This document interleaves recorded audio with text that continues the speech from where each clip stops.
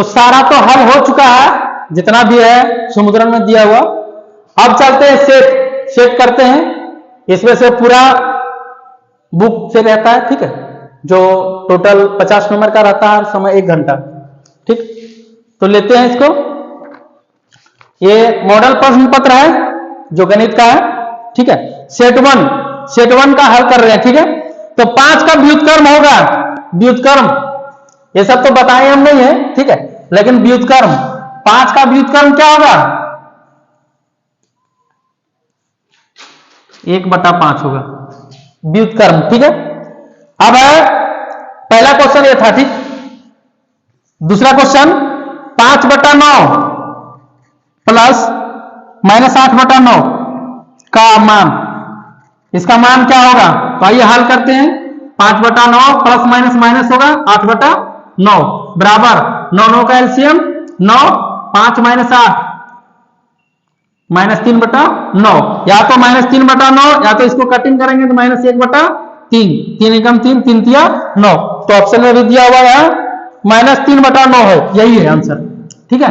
तो टिक लगा देना है। फिर चलते हैं अगला क्वेश्चन, तीसरा नंबर -9 का योज्य प्रतिलोम, योज्य प्रतिलोम, -9 का योज्य प्रतिलोम क्या होगा? प्रतिलोम, योज्य प्रतिलोम, यह ध्यान देना है कि इसमें से क्या जोड़ेंगे, जो 0 आ जाना चाहिए, ठीक है। तो माइनस है इसमें लगा हुआ, तो -9 है, ठीक है, -9 है, तो इसका योज्य प्रतिलोम क्या होगा?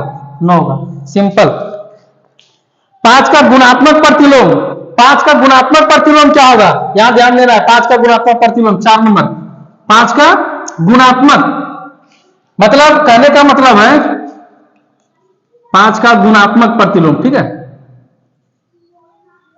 गुणात्मक प्रतिलोम क्या होगा? 5 का गुणात्मक प्रतिलोम होगा 1/5, ठीक, 1/5, इसका भी वही होगा 1/5 ही होगा। अगला क्वेश्चन है 5 नंबर का 11/24, समय ज्यादा है नहीं, 1 घंटा, ठीक है, उतना ही में काम करना है। 11/24 5 नंबर का क्वेश्चन है। डिवाइड कर चिन्ह दिया हुआ है, या खाली जगह है, बराबर है -11/15। तो रिक्त स्थान में क्या होगा? ठीक है, रिक्त स्थान में 11/24 भागा, यहां x यदि हम मान लेंगे, ठीक, बराबर -11/15, x का निकालना है ना। 11/24 इसको गुना में चेंज करेंगे, 1/x हो जाएगा बराबर -11/15। इसको हम उस साइड यदि ले जाते हैं, या तो फिर हाँ इसको उस साइड ले जाएंगे, 1/x बराबर -11/15, गुना में चेंज हो जाएगा, ये भागा में है ना, 24/11, 11 कटेगा, ठीक, बचेगा क्या? यहां कुछ नहीं तो -1 है, 1/x बराबर -1/15 गुने 24 बराबर -24/15, 1 से गुना करेंगे तो 1/x, ठीक है। तो x बराबर क्या होगा? x बराबर ये भी पलट जाएगा -15/24, माइनस ऊपर लगा या नीचे लगा, बात बराबर, -15/24। इसको काटेंगे यदि, कटिंग कर भी सकते हैं, ठीक है। तो 5 3 5 15, 3 8 24 बराबर -5/8, -5/8। अब परिमेय संख्या 3/8 के तुल्य परिमेय संख्या है 3/8। अगला क्वेश्चन है 3/8 का तुल्य परिमेय संख्या। अब तुल्य परिमेय संख्या क्या होता है?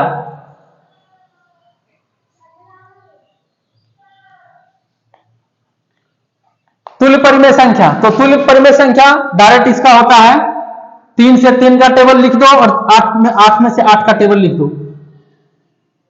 6 3 दूना 6, 8 दूना 16, फिर होगा 3 तिया 9, 8 तिया 24, फिर होगा 3 चौका 12, 8 चौक 32, ठीक है। इसी तरह आगे बढ़ते जाएगा 3 का और 8 का। तो इसमें से ऑप्शन में दिया हुआ जो भी रहेगा उसको टिक लगा देना है। कौन कौन सा है? 9/24 है, तो 9/24 आ रहा है ना इसमें, इसको टिक लगा देना है। ठीक,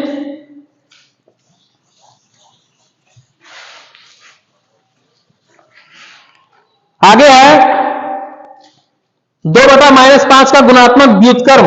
गुणात्मक व्युत्क्रम क्या होगा? व्युत्क्रम, व्युत्क्रम मतलब पलट देना है इसको। ठीक है, 2/-5। 7 नंबर का क्वेश्चन क्या है? 2/-5 का गुणात्मक व्युत्क्रम।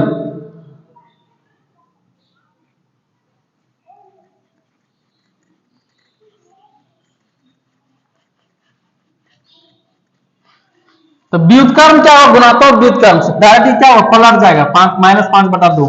ठीक है, क्या होगा? -5/2। अगला क्वेश्चन है 8 नंबर का, 4900 का वर्गमूल है। 4900 का तो वर्गमूल अगर जानकारी है, ठीक है, जानकारी है तो बहुत अच्छा है, और नहीं जानकारी है तो फिर एक बार उसको भी जानकारी प्राप्त कर लेना है कि 4900 का क्या होगा। बहुत शॉर्टकट तरीका है ये 4900। ये दो तरीका है वर्गमूल निकालने का, एक है गुणनखंड विधि और दूसरा डिवीजन। ठीक है, तो ये जोड़ा लगा के निकालते हैं वर्गमूल। 0 49 है ना, 7 से लेंगे, 7 49, ये कटेगा 0, डबल 0 उतरेगा, लेकिन ये 7 से लगाए हैं तो 7 रहेगा और डबल 0 के बदले में एक सिंगल 0, तो 4900 का वर्गमूल क्या हो जाएगा? 70। या तो पहले भी बताए थे ना कि अगर सिंगल 0 रहे, ठीक है, उसका वर्ग करेंगे तो डबल होगा, डबल रहे तो चौपल 4 गुना होगा, उसका 4 बार हो जाएगा। ठीक है, 2 का डबल होगा। तो 0 में से अगर जोड़ा भी लगा देंगे तो क्या क्या होगा? अगर इसको हम छोड़ देंगे, जोड़ा में है तो इसको छोड़ देंगे तो इसका वर्गमूल, ठीक है, ये 7 का वर्ग होता है 49, तो 49 का वर्गमूल क्या होगा? 7। 11 का वर्ग होगा, 11 का वर्ग, 11 का वर्ग, ये क्वेश्चन नंबर 9 है। 11 का वर्ग होगा तो 2 बार गुना कर देना है, 11 है 121। 24 का स्क्वायर, ठीक है, 24 का स्क्वायर 10 नंबर, क्वेश्चन नंबर 10, 24 का स्क्वायर, इसका मतलब क्या होगा?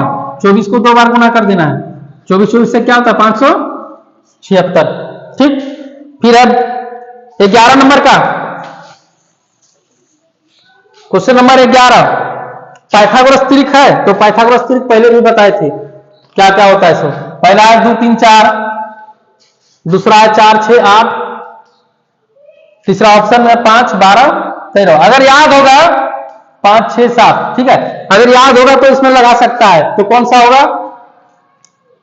ये तो होगा नहीं, सबसे पहले बताए थे 2 का स्क्वायर, 2 दूना 4 और 3 3 9, 9 4 13 होता है, नहीं होगा। 4 चौक 16 प्लस 6 6 36, कितना होगा? 8 का होगा, नहीं होगा। 36 है, 6 6 12 का 2 बाकी 1, 3 4 और 1 5, ये भी नहीं होगा। ये 5 5 25 प्लस 12 12 144, ये कितना होगा? 5 4 9 और 4 2 6 1, ये 13 का होगा। इसका वर्गमूल क्या होगा? 13। ठीक है, तो ये पाइथागोरस त्रिक होगा, 5 12 13। अब है 12 नंबर का,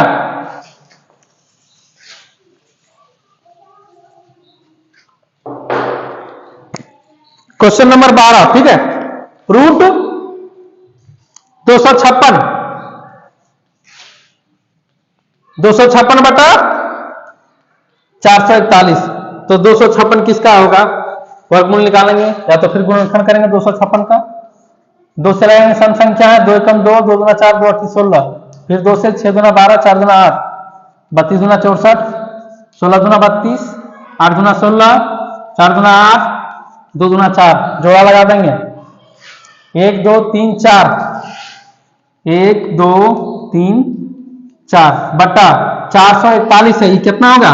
इसका 21 होता है ना, इसका क्या होता है? 21, डायरेक्ट 21 हम लिख दिए, इसका याद था इसीलिए। ठीक है, इसको भी याद कर सकता है। 2 दूना 4 दूना 8 दूना 16, 16 का 256 होता है, 16 बटा 21 होगा। ठीक, बटा वाला बटा में ही लिखाएगा। 4.5 का वर्ग होगा, 4.5 का वर्ग, वर्ग मतलब उसको 2 बार गुना करना है। क्या है? 4.5, 4.5 का वर्ग। क्वेश्चन नंबर है 13 में। तो डेसिमल को अभी नेगलेक्ट करना है, डायरेक्ट गुना करो। इसके मतलब है क्या, 2 बार गुना करना है। 4.5 गुना 4.5, मतलब डेसिमल को अगर नेगलेक्ट करेंगे तो 45 होगा। 45 को 2 बार गुना करो, अगर यहाँ पे तो डायरेक्ट लिखा जाएगा। ठीक है, 5 5 25, 5 चौके 20 और 2 22, 5 चौके 20 के 0 बाकी 2, 4 चौके 16 और 2 18, 5 2 8 10 के 0 बाकी 1 2 20 25, कितना आता है 20 25। ठीक है, 20 25। डेसिमल कितना अंक पर होगा, 1 अंक यहां और 1 अंक यहां, 2 अंक पर 20.25। ठीक, 20.25। दो परिमेय संख्याओं के बीच में कितनी परिमेय संख्या होगा, दो परिमेय संख्या के बीच में कितने परिमेय संख्या होता है। तो यहां ध्यान देने की बात यह है कि अगर दो परिमेय संख्या है, ठीक है, दो परिमेय संख्या है, दो परिमेय संख्या मान लीजिए 8/2 है और 6/4 है, ये दो परिमेय संख्या है, या तो कोई भी दो परिमेय संख्या, ठीक है, 2 और 4 है, तो इसके बीच में कितने परिमेय संख्या होगा। ठीक है, इसके बीच में कितने परिमेय संख्या हो, तो यह परिमित रूप से अनेक होगा इसका। ठीक है, अगर हम इसको बढ़ाएंगे तो ये भी बढ़ेगा, ये भी बढ़ेगा, दोनों अंश और हर वाला। ठीक है, मान लीजिए ये 2 है और 4 है। ठीक है, तो इसको जब 2 से गुना करेंगे ये 4 होगा और ये 8 हो जाएगा। तो पहले अगर हम मानते 3 था, 1, ठीक, एक संख्या कहने का मतलब, तो यहाँ 4 और 8 हो गया, तो कितना हो गया 5 6 7, डायरेक्ट 3 को बढ़ गया।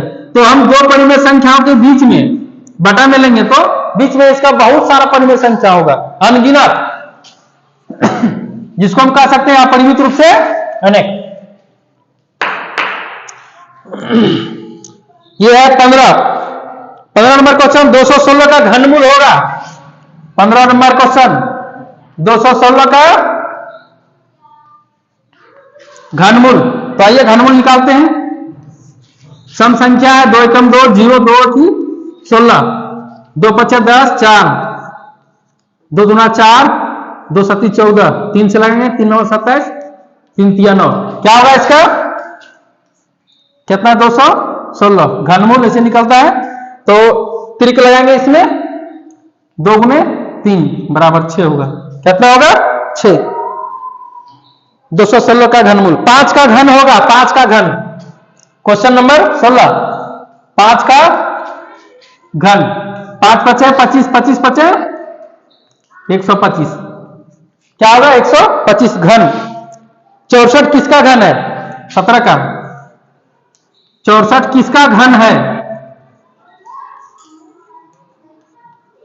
किसका घन है 4 का, किसका घन होगा 4 का, 4 चौक 16 चौका 64, 4 का घन होगा। निम्नलिखित में से कौन पूर्ण घन होगा, अब पूर्ण घन कौन सा होगा इसमें से,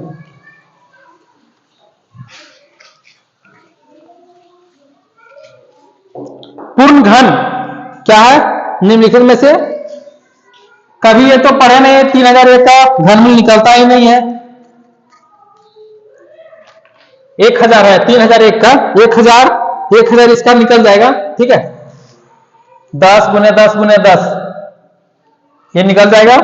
आगे फिर है 100, इसका भी नहीं निकलेगा। फिर है 8100, इसका भी नहीं निकलेगा। तो पूर्ण घन कौन सा होगा 1000। ठीक, 125 है,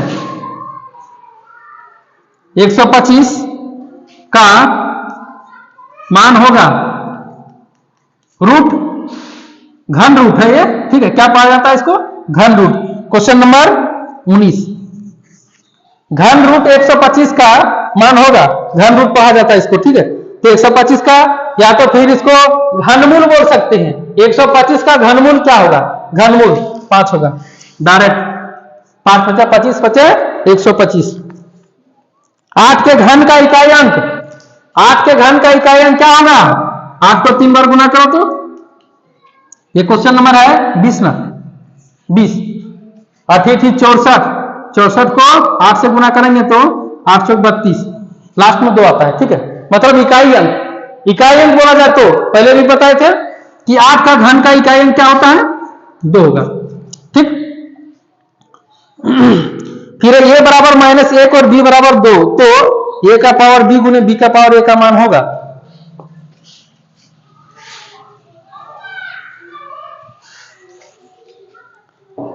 ए बराबर क्या है, A equal to -1, B equal to 2। तो क्वेश्चन क्या है, ए का पावर बी गुने बी का पावर ये, इसका मान क्या होगा, वैल्यू बैठाओ, -1 का बी का पावर, बी का वैल्यू 2 है, गुना बी का पावर 2 है, इसका पावर कितना हो जाएगा, -1। ठीक है, तो ए का पावर बी गुने बी का पावर ये, तो ए और बी का जो वैल्यू बैठा दिए। ठीक, अब -1 को 2 बार गुना करेंगे तो 1 आएगा, ये 2 का पावर -1 है, मतलब इसका कहने का मतलब कि 1/2 ये होगा। क्यों, क्योंकि ये फॉर्मूला है, ए का power -m equal to 1/a का पावर m होता है, ये बटा में आ जाता है। ठीक है, बराबर गुना करेंगे तो 1/2 आएगा, क्या आएगा, 1/2। फिर है 100 का पावर 0 का संख्यात्मक मान होगा, क्या होगा, तो फॉर्मूला में पहले बताए थे कि अगर ए का पावर 0 है तो इसका वैल्यू कितना होता है, 1 होता है। कितना होता है, 1। क्वेश्चन नंबर 22 है ना, क्वेश्चन नंबर 22 है, ये जो बताए अभी ये 21 था, ये वाला 21 नंबर का। ठीक, ये 22। तो किसी का भी पावर 0 हो, कहा नहीं 1 लाख है, 1000 का पावर 0 हो, 1 लाख का भी पावर 0, उसका मान 1 ही होगा। ठीक, उसके बाद है 2 का पावर p 1 है। अगला क्वेश्चन है 23 नंबर का, 2 का पावर 1 गुने 5 का पावर 2 गुने 7 का पावर 0 होगा, क्या होगा ये, 2 का पावर 1, भाई गुना करते हैं। 23 नंबर का क्वेश्चन, 2 का पावर 1 मतलब 2, 5 का पावर 2 मतलब 5 × 5 = 25, 7 का पावर 0 मतलब 1, तो 25 गुना 50 होगा, क्या होगा, 50 होगा। अब a का पावर m भागा b का पावर m। अगला क्वेश्चन,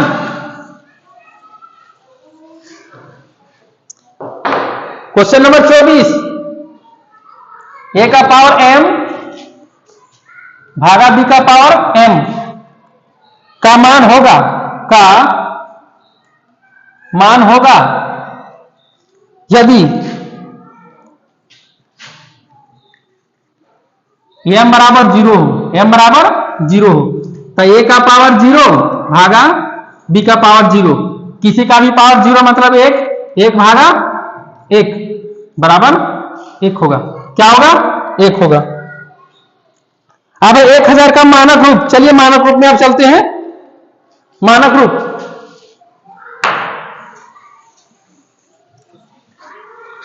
अभी आधा क्वेश्चन हुआ है, मतलब 24 तक पहुंचे है ना। 1000 का मानक रूप,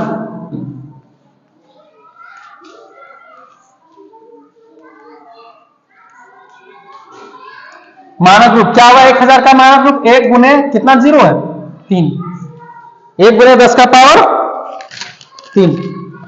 अगला क्वेश्चन है, सामान्य रूप लिखना है ना। क्वेश्चन नंबर 26, 3.6 गुने 10 का पावर 3 का सामान्य रूप लिखना है, सामान्य रूप। ठीक है, 3.6 गुने 10 का पावर 3 मतलब 3 0 बराबर 3 6 गुना कर दिए, 0 वाला गुना तो आता ही होगा, डेसिमल 1 अंक पर है तो 1 अंक पर दे देंगे। ठीक है, 3600 होगा, ये होगा। ठीक, 0.005 का मानक रूप, क्वेश्चन नंबर 27, 0.005 का मानक रूप, सामान्य रूप नहीं पूछ रहा है, मानक रूप पूछ रहा है। ठीक है, तो मानक रूप क्या होगा, यहां डेसिमल कहां लाएंगे, यहां पर, मतलब 5 के बाद, या तो 5 गुने 10 का पावर क्या होगा, 1 2 3 -3 हो जाएगा, ये होगा इसका मानक रूप। ठीक, डेसिमल पहले से है इसीलिए माइनस में दिए। ठीक है, अगर लाना पड़ेगा तो फिर उसमें प्लस पड़ता है।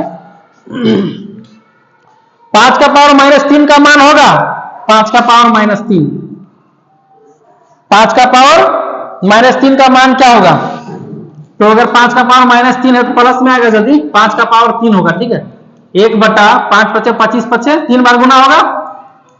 ये क्वेश्चन नंबर 28 है, ये रहा क्वेश्चन है ना। 5 × 25 25 125, कितना होगा 100, 1/125। ठीक, अब है 29 नंबर का 29 नंबर का क्वेश्चन है, ये फिर 2 है, फिर 3 है, बी है, इसको जोड़ना है ना, इसको जोड़ना है, यहां दिया हुआ 129, ठीक, जोड़ के, तो यहां क्या आना चाहिए 9, तो यहां क्या भरेंगे बी में 7 भरेंगे, 7 2 9, और यहां क्या है 3, इसमें क्या जोड़ेंगे जो 12 आएगा 9, ठीक है, तो ए बराबर 9 2 3 7, 7 2 9 9 3 12, 129, ठीक, ठीक इसी प्रकार है 52, ये क्वेश्चन था 29 का। अब आप चल रहे 30 नंबर, 30 नंबर है 52 ये, और फिर है 3 ये और 4, इसका कहने का मतलब है कि दोनों जगह जो डिजिट भराएगा दोनों एक ही भराएगा, ठीक है, दोनों एक ही भराएगा, तो यहां लिखा हुआ है नीचे में 890,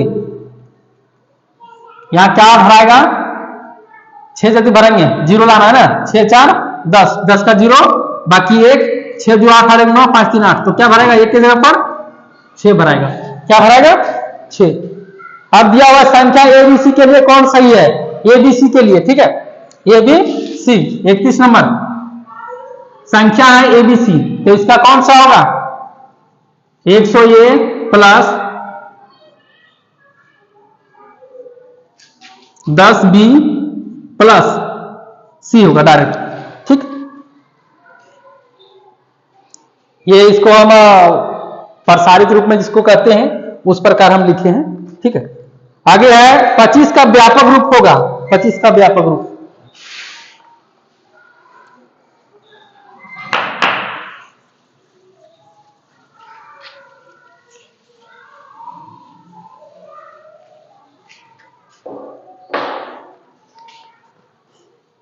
क्वेश्चन नंबर 25 है ना, 25 का व्यापक रूप, 25 को हम कैसे लिख सकते हैं 2 गुने 10 प्लस 5, ये हो गया व्यापक रूप। क्वेश्चन नंबर 32, 33 का होगा -7x² में x² का गुणांक, x² का गुणांक क्या होगा, x² का गुणांक, तो यहां ध्यान देना है जिसका गुणांक पूछे उसको छोड़ करके बाकी जो बचेगा, जिसे -7x² है तो x² का गुणांक पूछ रहा है, तो इसका कितना होगा -7 होगा, ठीक है, क्या बच रहा है -7। 34 number 9x y plus 9y का गुणनखंड, तो गुना करो इसको, 9 दोनों में आ रहा है तो 9 ही रहने देते हैं, x गुने y प्लस 9 गुने y, क्या क्या मिल रहा है 9 और y, ठीक, तो इसको 9y बाहर ले लेंगे, x प्लस 1 ये होगा, ठीक, कॉमन, ये तो कॉमन हम ले लिए ना, गुणनखंड, ठीक है, तो इसका यही होगा, या तो फिर कॉमन यदि लेने के लिए ऑप्शन में यदि ये भी है 9y तो x प्लस 1 यही होगा, ठीक है, 9y इंटू एक्स प्लस 1। अगला है 35 का, क्वेश्चन नंबर 35 नंबर का है 28 p² डिवाइडेड बाय 7 pq, तो इसको भागा देंगे यदि 28 p² बटा 7 pq, तो 7 चौक 28, एक p कटेगा, एक q कटेगा, क्या बचेगा 4p, ठीक। अब जोगफल है 36 नंबर ना, 36 number 15m minus 15m 5m² एवं 6m² माइनस 13m, इसका क्या करना है जोड़ना है इसको, 15m माइनस 5m² प्लस करेंगे, डायरेक्ट लिख देते हैं 6m² माइनस 13m, तो यहां ध्यान देना है 6m² में से -5 चला गया तो सिर्फ बचा m², और यहां -13 में 15 जाएगा ना, या तो 15 में -13 घटाओ तो क्या बचेगा 2m, ये होगा m² माइनस 2m।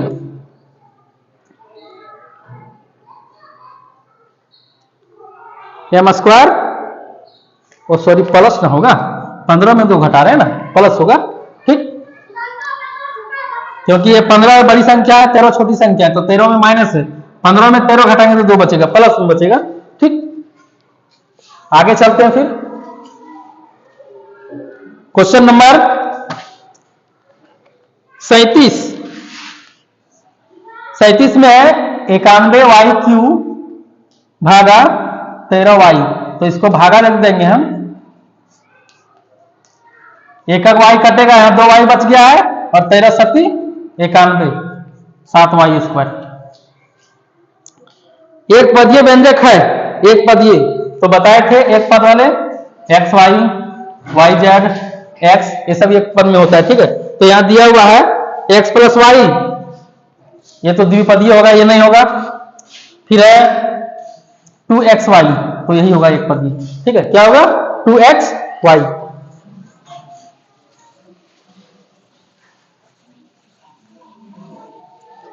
अगला क्वेश्चन है 3x = 18 में x का मान, 3x = 18, क्वेश्चन नंबर 39।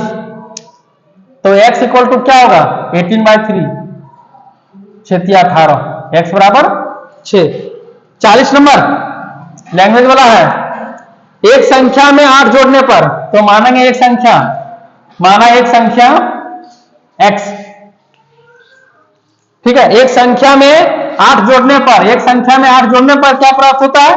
32 प्राप्त होगा, ठीक है। इसका इक्वेशन यही होगा। 50 आमों के समूह में 60% आम बिल्कुल पके हुए हैं, बिना पके आमों की संख्या, तो 50% में से 50 आम में क्या है? 60% पका हुआ, इसका 60/100 होगा, 1 0 कटेगा, तो पका हुआ आम कितना है? 6×25, 30 आम पके हैं, ठीक है, 30 आम पके हैं, तो बिना पके आम कितना होगा? 50 में से 30 आम घटाएंगे, ठीक है, कितना बचेगा? 20 आम। 20 आम बिना पके हुए हैं। यदि 16 पेंसिल का मूल्य 64 रुपया है, तो 144 में कितने पेंसिल होगा? यह आ गया समानुपातिकता से।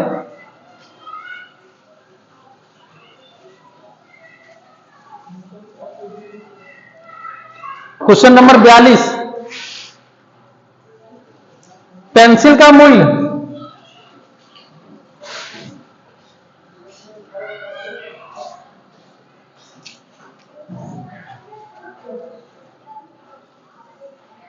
और पेंसिल की संख्या शॉर्ट में हम लिख रहे हैं, कितना है? 16 रुपया में ना, पेंसिल का मूल्य 16 रुपया में 64 रुपया में 16 पेंसिल, तो 144 रुपया में कितना पेंसिल होगा? तो x मानते हैं, 64 रुपया में 16 पेंसिल, तो 144 रुपया में कितना होगा? 64 × 16 बराबर x × 144,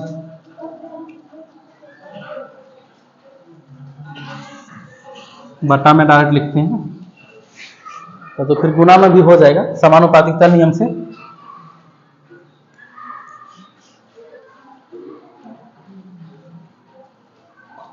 तो डायरेक्ट x बराबर हम लिखते हैं, x बराबर डायरेक्ट होगा 144 × 16 बटा 64, 16 चौका 64, और 4 से काटेंगे इसको, 4 तिया 12, 4 तिया 12, 4 6 24, कितना पेंसिल होगा? x बराबर 36 पेंसिल।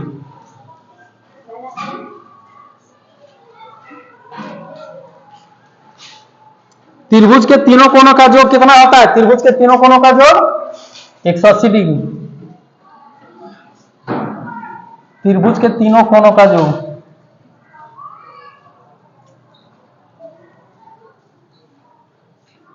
180 डिग्री। ऑयलर सूत्र F + V बराबर E + 2, ये क्वेश्चन नंबर 44। F + V बराबर E + 2, तो F क्या होता है के लिए कौन सही नहीं है? एफ जो है फलक की संख्या होती है, भी बिंदु की संख्या, ये बिंदु की संख्या नहीं होती है, भी वर्टिसेस होता है, ठीक है। ई किनारों की संख्या और दो संख्या, दो तो संख्या, लेकिन 2 नंबर का ऑप्शन भी बिंदु की संख्या नहीं होगा, ये वर्टिसेस होगा, ठीक। 5 सेमी भुजा वाले समचतुर्भुज की ऊंचाई 4 सेमी है, समचतुर्भुज का क्षेत्रफल होगा, तो समचतुर्भुज का क्षेत्रफल डायरेक्ट इसको हम लिख सकते हैं,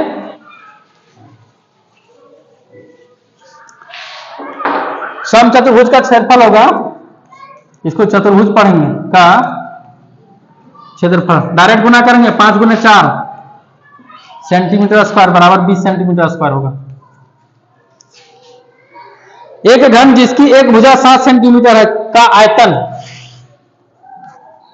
घन की भुजा क्या है, घन की भुजा बराबर 7 सेंटीमीटर, तो घन का आयतन क्या होता है, घन का आयतन भुजा क्यू, भुजा क्यू मतलब 7 का क्यू, 7 सेंटीमीटर का, ठीक है। तो 7 को गुना करेंगे 3 बार, सेंटीमीटर क्यू, 7 7 49, 49 7 9 7 63 का 3, 7 चौका 28 और 6 34, 343 सेंटीमीटर क्यूब। वर्ग अंतराल 10 20 की निम्न सीमा, निम्न सीमा, तो निम्न सीमा ये होगा, ये होता है उच्च सीमा, ठीक है। उसके बाद आंकड़े 2 4 8 48 नंबर क्वेश्चन, 2 4 8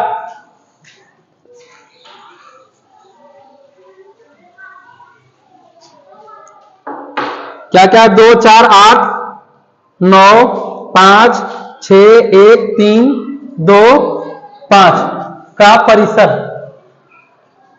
इसका परिसर क्या होगा, परिसर निकालना है, तो सबसे पहले परिसर निकालने के लिए बड़ी संख्या 9 है और छोटी संख्या 1, तो परिसर बराबर होगा, बड़ी संख्या में से छोटी संख्या घटा देना है 8।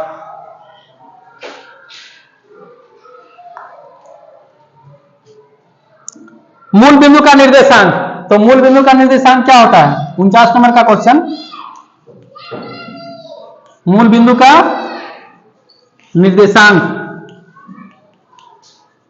क्या होता है, 0 0 होता है। लास्ट क्वेश्चन है 50 नंबर का, एक पासे को एक बार फेंका जाता है प्राप्त परिणाम, तो एक पासे को एक बार यदि फेंका जाता है तो पासे में क्या क्या रहता है, 1 2 3 4 5 6 तक रहता है, इसका परिणाम क्या होगा, 6 होगा, ठीक। तो ये सेट 1 कंप्लीट हो गया, तो समझ में आ गया होगा आप लोगों को, धन्यवाद।